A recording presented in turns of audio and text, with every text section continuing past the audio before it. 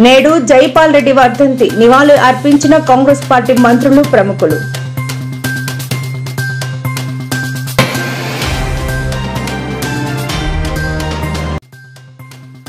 సింగపూర్లో కొనసాగుతున్న సీఎం చంద్రబాబు రెండో రోజు పర్యటన. అమరావతిలో చేపట్టే హౌసింగ్ ప్రాజెక్టుల్లో భాగస్వాములు కావాలి చంద్రబాబు పిలుపు. రాబోయే ఎన్నికల్లో బీఆర్ఎస్ పార్టీ ఒంటరిగానే పోటీ, ఏ పార్టీతో పొత్తు ఉండదని స్పష్టం చేసిన కేటీఆర్.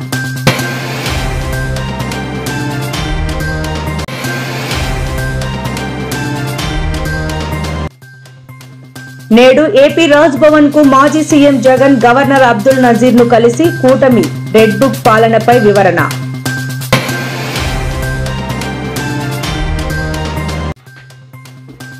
తెలంగాణలో ఇందిరమ్మ లబ్ధిదారులకు తీపి కబురు. 2 లక్షల రూపాయల వరకు లోన్ మంజూరుకు ప్రభుత్వం గ్రీన్ సిగ్నల్.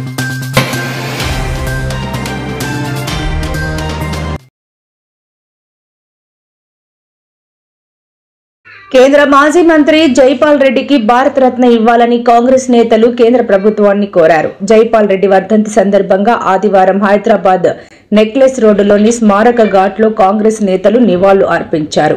నివాళి అర్పించిన వారిలో మంత్రులు కోమటిరెడ్డి వెంకటరెడ్డి, పొన్నం ప్రభాకర్, మాజీ గవర్నర్ బండారు దత్తాత్రేయ, సీనియర్ నేత కె కేశవరావు, ఎంఆర్పీఎస్ వ్యవస్థాపకులు పద్మశ్రీ మందకృష్ణ మాదిగ, పలువురు ఎమ్మెల్యేలు ప్రముఖులు ఉన్నారు. ఈ సందర్భంగా మంత్రి కోమటిరెడ్డి వెంకటరెడ్డి మాట్లాడుతూ ప్రత్యేక రాష్ట్ర సాధన కోసం జైపాల్ రెడ్డి ఎనలేని కృషి చేశారని తెలిపారు.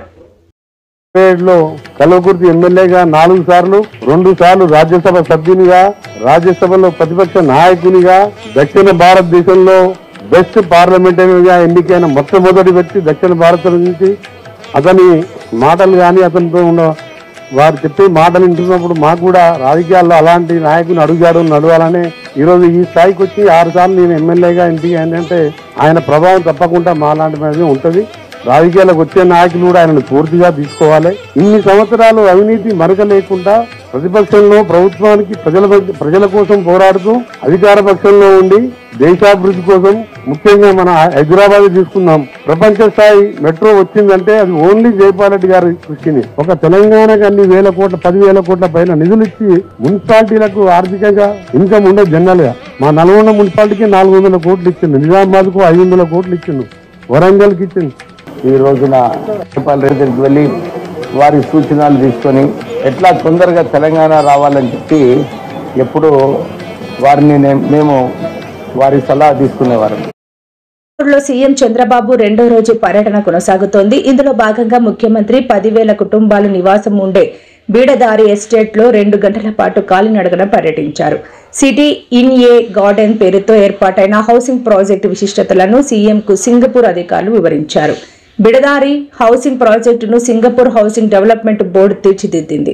250 ఎకరాల్లో విస్తరించిన సింగపూర్ ప్రభుత్వ హౌసింగ్ ప్రాజెక్టును సీఎం బృందం సందర్శించింది. ఏపీ అమరావతిలో చేపట్టే హౌసింగ్ ప్రాజెక్టుల్లో భాగస్వాములు కావాలని సందర్భంగా సింగపూర్ హౌసింగ్ డెవలప్మెంట్ బోర్డును సీఎం చంద్రబాబు కోరారు.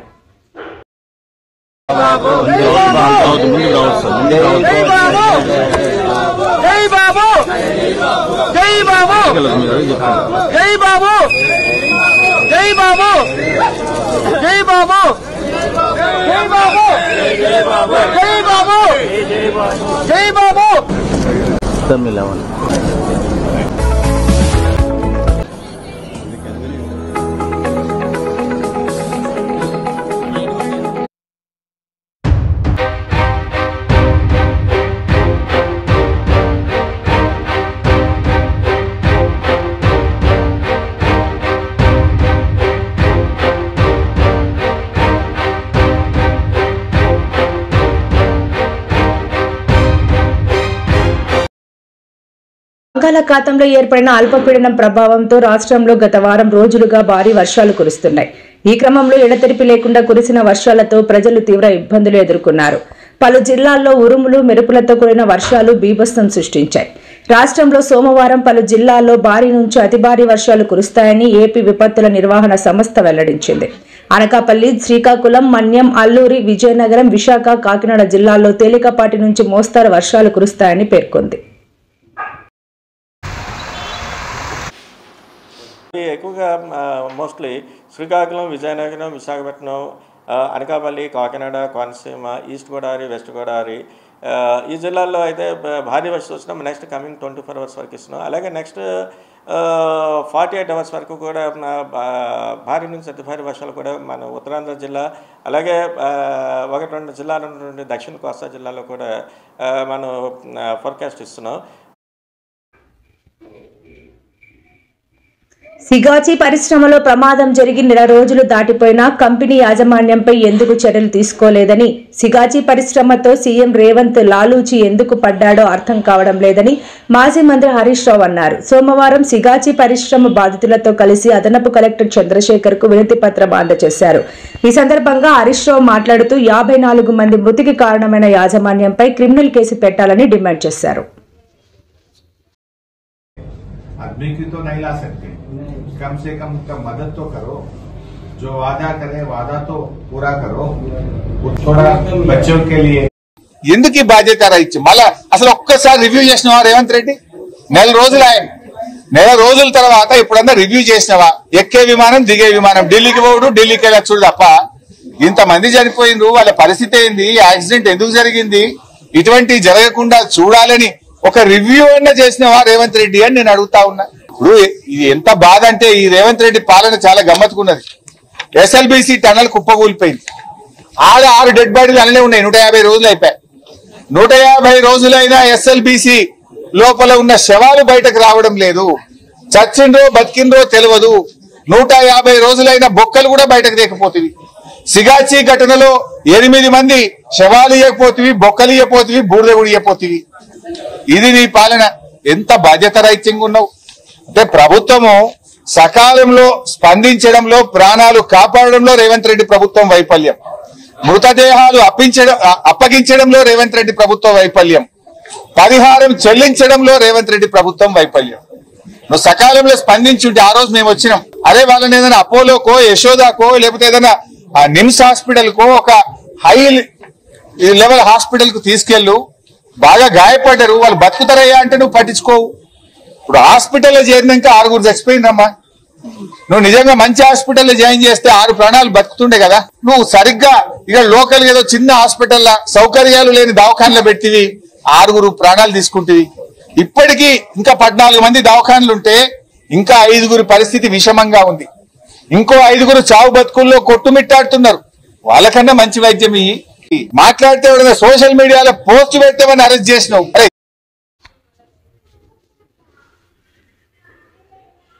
సీఎం చంద్రబాబు సింగపూర్ పర్యటనలో ఉండగా రాష్ట్రంలో కీలక పరిణామాలు చోటు చేసుకుంటున్నాయి.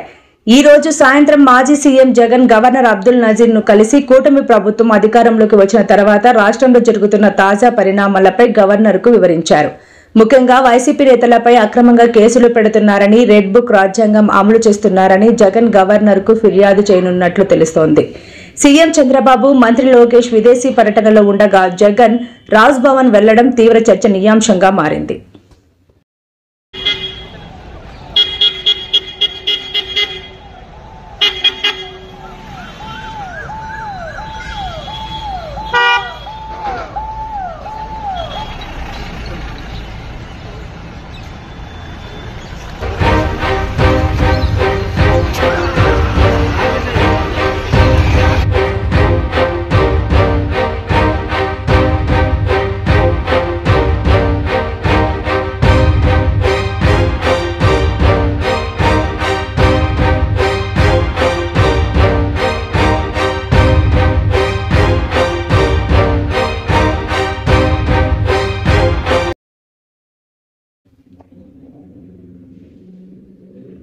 రాష్ట్రంలో నిరుపేదలెవరూ గూడు లేకుండా ఉండొద్దనే ఉద్దేశంతో రేవంత్ రెడ్డి సర్కార్ ఇందిరమ్మ ఇళ్ల పథకానికి శ్రీకారం చుట్టింది. ఈ పథకంలో ముందుగా పూరి గుడిసెలు, అద్దె ఇళ్లలో జీవనం సాగిస్తున్న వారికి ఫస్ట్ ప్రియారిటీ ఇస్తున్నారు. ఇందిరమ్మ ఇళ్ల నిర్మాణానికి దశల వారీగా 5 లక్షలను సర్కార్ లబ్ధిదారుల బ్యాంకుల్లో ఖాతాల్లో జమ చేస్తోంది. పునాది వరకు నిర్మిస్తేనే తొలి విడత సాయంగా 1 లక్ష జమ చేస్తున్నారు. కానీ ఆర్థిక సమస్యలతో కొట్టుమిట్టాడుతున్న కొందరు పథకానికి అర్హులైన పునాదిని కూడా నిర్మించలేని స్థితిలో ఉన్నారు. అలాంటి వారికి 1 లక్ష నుండి 2 లక్షల వరకు రుణం అందించనున్నారు. అందుకే ఈరోజు ఏ సంక్షేమ పథకానికైనా ఇందిరమ్మ పేరు మనం పెడుతున్నాం. హైదరాబాద్ నగరంలో పేదవాళ్లకు 5 రూపాయల భోజనం పెట్టాలని, పేదవాళ్లకు కూలి పోయే వాళ్లకు పొద్దున్నే టిఫిన్ చెయ్యడానికి క్యాంటీన్లు పెట్టి ఇందిరమ్మ పేరు పెడితే ఈ తలమాచిన దద్దమ్మలు సోయిలేనోళ్ళు ఇందిరమ్మ పేరు పెడతారని ధర్నా చేసిరు. ఒక్కనొక్కని బట్టలు ఇప్పదీసి కొడితే తప్ప ఇందిరమ్మ గొప్పతనం వాళ్ళకు అర్థం కాదు అని చెప్పి నేను ఈ సందర్భంగా తెలియజేస్తున్న మిత్రులు.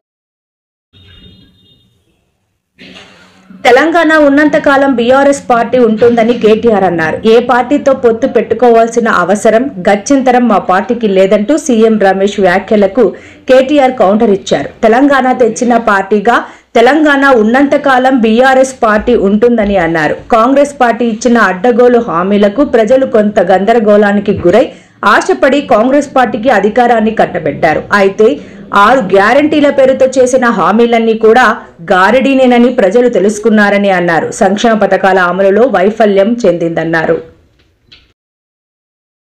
ఇంకేదో అంటాడు, ఎక్కడ పోదు బీఆర్ఎస్ కేసీఆర్ ఇంకొక 50-100 ఏళ్లు మీకు సేవ చేసుకుంటూ మీతోనే ఉంటది. తెలంగాణ ఉన్నంత కాలం బీఆర్ఎస్ పార్టీ ఉంటది. ఎవ్వంతో కలిసే కర్మ మనకు లేదు.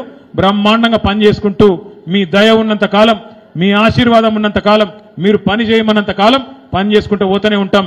మళ్ళొక్కసారి మంచి రోజులు రావాలి ఈ రాష్ట్రంలో పేదోళ్ల కంటే. కేసీఆర్ గారు తిరిగి ముఖ్యమంత్రి కావాలి. దానికోసం అందరం కష్టపడదాం, అంకిత భావంతో పనిచేద్దాం. రమణారెడ్డి గారి నాయకత్వంలో భూపాలపల్లిలో బ్రహ్మాండంగా మీరందరూ ముంగటిపోతా ఉన్నారు. పార్టీ విలీనంపై దుబాయ్, శ్రీనుల, సింగపూర్ చంద్రబాబు అనాలి అంటూ మాజీ మంత్రి గుడివాడ అమర్నాథ్ ఎద్దేవా చేశారు. 4 సార్లు సింగపూర్ వెళ్లిన చంద్రబాబు రాష్ట్రానికి ఎన్ని పెట్టుబడులు తెచ్చారని ప్రశ్నించారు. తీసుకువచ్చిన పెట్టుబడి కంటే ఇక్కడ సంపాదించిన అవినీతి సొమ్మును దాచుకునేందుకే చంద్రబాబు సింగపూర్ పర్యటన అంటూ విమర్శించారు. ఈశ్వరంతో ములాఖత్ అయ్యేందుకే సింగపూర్ వెళ్లారా అంటూ ఆగ్రహం వ్యక్తం చేశారు. ఒకసారి దావోస్, ఒకసారి సింగపూర్, ఒకసారి కొరియా, మీరు మీ బ్రాండ్ ఇమేజ్ పెంచుకునేందుకే సింగపూర్ వెళ్లారా అని నిలదీశారు.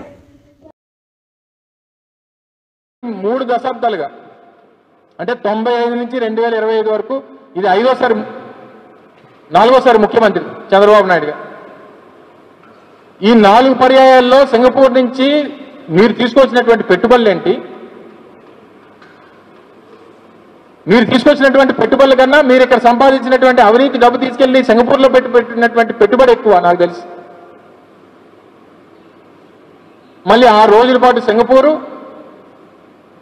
మీరు దేనికి వెళ్ళారు? ఆ ములాఖాత్ అవ్వడానికి వెళ్ళారా ఈశ్వరన్ గారితో? అయ్యో ఏమైంది, ఎందుకు దొరికిపోయావు, ఎలా దొరికిపోయావు, ఎవరు పట్టుకున్నారు నిన్ను, నా పేరేమైనా చెప్పావా, ఇవన్నీ అడగడానికి వెళ్ళారా సింగపూరు? ఇంకా ఎంతకాలం అలా పబ్లిసిటీ మీద? లేకపోతే మొన్న మీ అచ్చెన్నాయుడు గారు చెప్పారు ఈ సూపర్ 6 సూపర్ 7 అన్ని చేస్తాము, ఒక్క ఈ ఆడవాళ్ళకి ఇచ్చే 1500 మిగిలింది, ఇవి చేయాలంటే రాష్ట్రాన్ని అమ్మాలి అని చెప్పినట్టున్నారు మీ మంత్రి గారు. కొంపదీసి ఆంధ్రప్రదేశ్ ఏమన్నా అమ్మేయడానికి వెళ్ళావా సింగపూర్కి? పవన్ కళ్యాణ్ కథానాయకుడిగా ఇటీవలే విడుదలైన హరిహర వీరమల్లు చిత్రంపై జనసేన ఎమ్మెల్సీ నాగబాబు స్పందించారు. హరిహర వీరమల్లు చిత్రంపై వైసీపీ వాళ్లు చేస్తున్న ప్రచారం దుర్మార్గమని అన్నారు. వైసీపీని, ఆ పార్టీ నేతలను ఏమనాలో అర్థం కావడం లేదని వ్యాఖ్యానించారు. ప్రభుత్వం విషయంలోనూ వైసీపీ చేస్తున్న దుష్ప్రచారాన్ని తిప్పికొట్టాలని నాగబాబు జన సైనికులకు పిలుపునిచ్చారు. మరో 20 ఏళ్లు వైసీపీ అధికారంలోకి వచ్చే అవకాశమే లేదన్నారు. ఇక తనకు పదవులపై ఎలాంటి ఆశ లేదని, జనసేన కార్యకర్తగా ఉండడానికే ఇష్టపడతారని ఆయన స్పష్టం చేశారు. ఎంత దుర్మార్గంగా మనం పరిపాలించింది, వైసీపీ ఎన్ని దారుణాలు చేసింది, ఎంతమంది జీవితాలు నాశనం చేసింది, కల్తీ లిక్కర్ వల్ల ఎన్ని వేల మంది ఆరోగ్యాలు చెడగొట్టింది, ఇవన్నీ కూడా మీరు తెలుసుకోవాలి. ఆఖరికి హరిహర వీరమల్లు సినిమా మీద కూడా వాళ్ళు బ్యాడ్ ప్రచారం చేస్తారు. మన తోటి ఉన్నటువంటి, మనకు కలిసి యుద్ధం చేసి కలిసి పోరాడేటువంటి టీడీపీ మీదో బీజేపీ మీదో మీరు అక్కడక్కడ, అందరూ కాదనుకోండి, అక్కడక్కడ అసహనం వ్యక్తం చేస్తే కుదరదు. ఎందుకంటే ఇది పవన్ కళ్యాణ్ గారు కానీ, మోడీ గారు కానీ, నారా చంద్రబాబు నాయుడు గారు కానీ, వీళ్ళందరూ నాయకుల ముగ్గురు కూడా అనుకొని స్పష్టమైనటువంటి అవగాహనకు వచ్చి ప్రభుత్వాన్ని ఏర్పాటు చేసి ఏ విధంగా అయితే 2024 ముందు 19 మధ్యలో ఎన్ని రకాలుగా దెబ్బతిన్నారో మన సామాన్య జనం లేకపోతే ఆయా కార్యకర్తలు, పార్టీల కార్యకర్తలు. సో వీటన్నిటికీ తగిన సమాధానం చెబుతూ ఒక బలమైనటువంటి కూటమిగా ఏర్పడి ఒక ప్రభుత్వాన్ని ఏర్పాటు చేద్దాం అని నిర్ణయించుకున్నప్పుడు వ్యక్తిగతమైనటువంటి చిన్న చిన్న సమస్యలను కూడా పక్కన పెట్టి రాష్ట్ర శ్రేయస్సు కోసం ముందుకు వచ్చారు పవన్ కళ్యాణ్ గారు. ఈ కూటమి ఏర్పాటు చేయడంలో ఆయనది చాలా ప్రధాన పాత్ర ఉంది. అలాగే ఈ కూటమికి తన వంతుగాను, అంతేకాకుండా పవన్ కళ్యాణ్ గారితో కలిసి మనస్ఫూర్తిగా పనిచేసినటువంటి నారా చంద్రబాబు నాయుడు గారి యొక్క ఈ కూటమి విజయానికి ఆయన యొక్క మద్దతు కానీ ఆయన యొక్క సపోర్ట్ కానీ చాలా బలంగా ఉంది. అలాగే అన్నిటికన్నా ఇంకొక యాంగిల్లో ఏంటంటే బీజేపీకి ఒక లెవెల్ ఆఫ్ ఓట్ బ్యాంక్ ఉన్నా సరే ఈ కూటమి ఎలక్షన్స్లో నిలబడినప్పుడు మనకి కేంద్ర స్థాయిలో మనకు వచ్చినటువంటి సపోర్ట్ ఎంత సపోర్ట్ అంటే ఆ సపోర్ట్ మీకు ఎవరికి కంటికి కనపడదు. ఏ విధంగా అయితే ఆ రోజు కనుక బీజేపీ మనతో కనుక చేయకపోయి ఉంటే ఎన్ని దారుణాలు జరిగాయో నా ఊహకు కూడా అందదు. మీ ఊహకు అందుతుందో లేదో తెలియదు, కానీ నాకే అందట్లా. అంత దుర్మార్గం, అంత దారుణాలు చేసేవాళ్ళు ఈ వైసీపీ వాళ్ళు. ఎందుకంటే వాళ్ళకి ఉచ్చం నీచం తెలియదు, మంచి చెడు తెలియదు. నాకేం కావాలి, నేనేం సాధించాలి, ఇదే యావత్. ఈ మధ్య కాలంలో వీధి జంతువులు జనంపై దాడులు చేస్తున్న ఘటనలు పెరిగిపోయాయి. కుక్కలు, ఆవులు, ఎద్దులు ఇలా వీధిలో విచ్చలవిడిగా తిరుగుతున్న జంతువులు రోడ్డుపై వెళ్లే వారిపై దాడి చేస్తున్నాయి. ఎద్దు ఒక్కసారిగా పరిగెత్తుకుంటూ వచ్చి యువతిని కుమ్మింది. యువతి ఎగిరి నేలపై పడింది. తలకు బలంగా గాయం అవ్వటంతో పైకి లేవలేకపోయింది. యువతి అరుపు విని ఇంట్లోంచి టీషర్టు వేసుకున్న అమ్మాయి బయటకు వచ్చింది. కింద పడ్డ అమ్మాయిని లేపే ప్రయత్నం చేసింది. ఆ ఎద్దు టీషర్ట్ వేసుకున్న అమ్మాయిపై కూడా దాడి చేయడానికి చూసింది. ఆమె దాని నుంచి తప్పించుకుని ఇంట్లోకి పారిపోయింది.